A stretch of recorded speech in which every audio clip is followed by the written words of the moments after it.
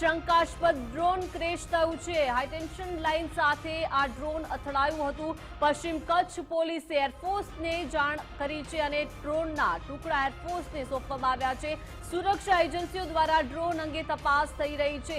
એટલે કચ્છના ખાવડા નજીક શંકાસ્પદ ડ્રોન ક્રેશ થયું છે અને હાઈટેન્શન લાઇન સાથે આ ડ્રોન જે છે તે અથડાયું છે। બિગ બ્રેકિંગ મળી રહ્યા છે। સહયોગી વિજય આપણી સાથે લાઈવ જોડાયેલા છે। વિજય, જે રીતે વર્તમાન સ્થિતિ તણાવપૂર્ણ છે અને જે રીતે સુરક્ષાને લઈને અત્યારે અનેક સવાલો છે, તેમની વચ્ચે આ સૌથી મોટા સમાચાર કહી શકાય। કચ્છના ખાવડા નજીક શંકાસ્પદ ડ્રોન ક્રેશ થયું છે।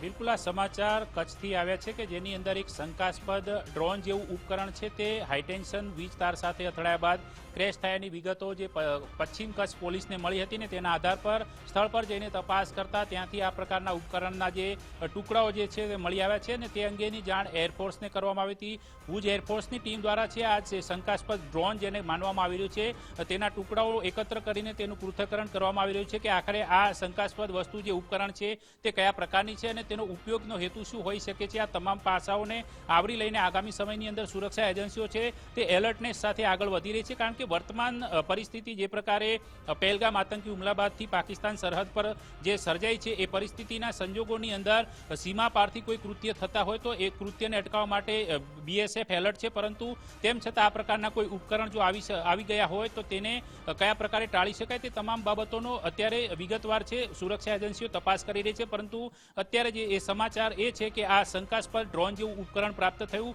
તેને તપાસ માટે એરફોર્સને સોંપવામાં આવ્યું છે।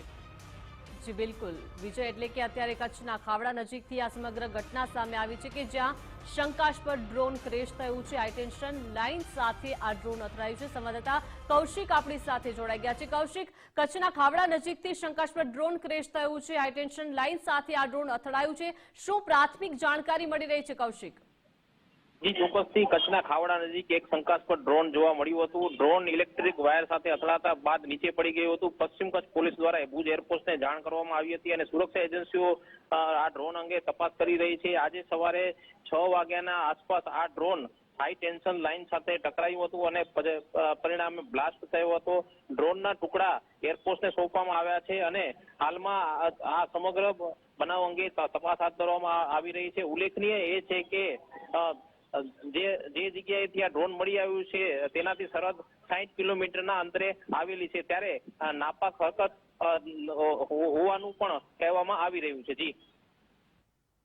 જી આભાર કૌશિક, વિગત સાથે જોડાયા તે બદલ। એટલે કે પશ્ચિમ કચ્છ પોલીસે એરફોર્સને સમગ્ર જાણ કરી છે અને ડ્રોનના ટુકડા એરફોર્સને સોંપવામાં આવ્યા છે।